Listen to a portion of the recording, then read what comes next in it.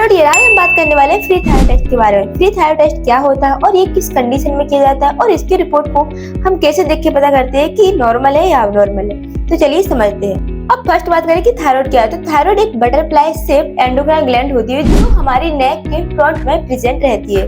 ये thyroid gland हमारे body के मेटाबॉलिज्म, हार्ट रेट और ग्रोथ और डेवलपमेंट के लिए बहुत इंपॉर्टेंट रोल प्ले करती है। तो अब आपने देखा होगा कभी कि डॉक्टर जब कोई पेशेंट थायराइड का पेशेंट होता है तो उसके थायराइड टेस्ट के साथ साथ कभी कभी फ्री थायराइड टेस्ट कराने के लिए भी एडवाइस करते हैं।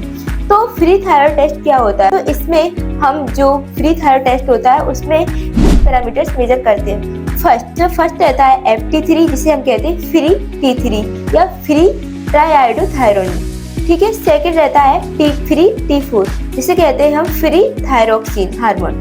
एंड थर्ड रहता है TSH जिसे हम कहते हैं थायराइड स्टिमुलेटिंग हार्मोन। अब हमारी थायराइड ग्लैंड होती है वो थायराइड हार्मोन सीक्रेट करती है जिसमें हमारे T3 T4 आता है। ये भी हमारी बॉडी में टू फॉर्म में रहते हैं, बाउंडेड और free.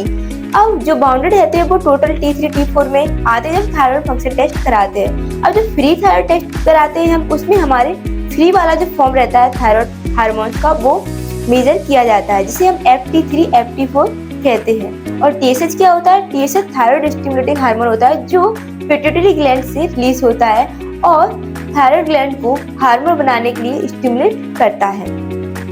So in this way ये तो समझ में आया कि T3 T4 क्या होता है और TSH का क्या रोल प्ले करता है। अब जब हमारी thyroid gland T3 T4 hormones बनाती है तो ये T3 T4 हार्मोन एल्यूमिन या थायराइड बाइंडिंग ग्लोबिन से बाउंड हो जाते हैं। एंड और कुछ हार्मोन्स ऐसे होते हैं जो एल्यूमिन या जो प्रोटीन रहती है एल्यूमिन और थायराइड बाइंडिंग ग्लोबिन उससे बाइंड नहीं होते, वो फ्री ब्लड एंड टिश्यूज में सर्कुलेट करते रहते हैं जिसे हम कहते हैं फ्री T3 T4 हार्मोन के नाम से इन्हें हम जानते हैं। इन्हें हम अनबाउंड या फ्री T3 T4 या थायराइड हार्मोन कहते हैं। अब बात करें कि ये टेस्ट कैसे होता है। तो इस टेस्ट के लिए पेशेंट से ब्लड सैंपल लिया जाता है एंड प्लेन वाइन में इसका सैंपल लिया जाता है। फिर सीरम से T3 T4 जो फ्री थायराइड टेस्ट होते हैं वो हम लैब में रन करते हैं और रिपोर्ट देखते हैं कि जो पेशेंट है उसकी जो रिपोर्ट है वो नॉर्मल आई है या अबनॉर्मल आई है। तो रिपोर्ट देखने के लिए हमें नॉर्मल रेंज पता होना चाहिए जो अलग अलग लैब में वेरी कर सकती है।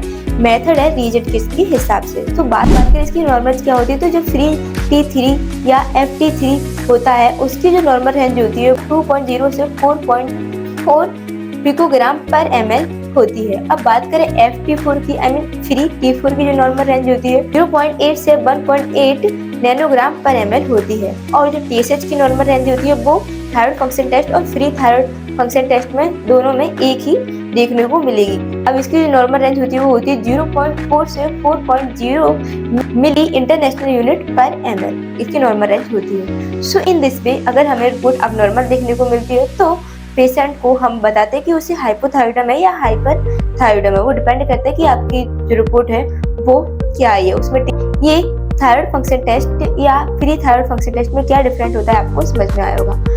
मिलते हैं नेक्स्ट वीडियो में। Stay safe, stay healthy.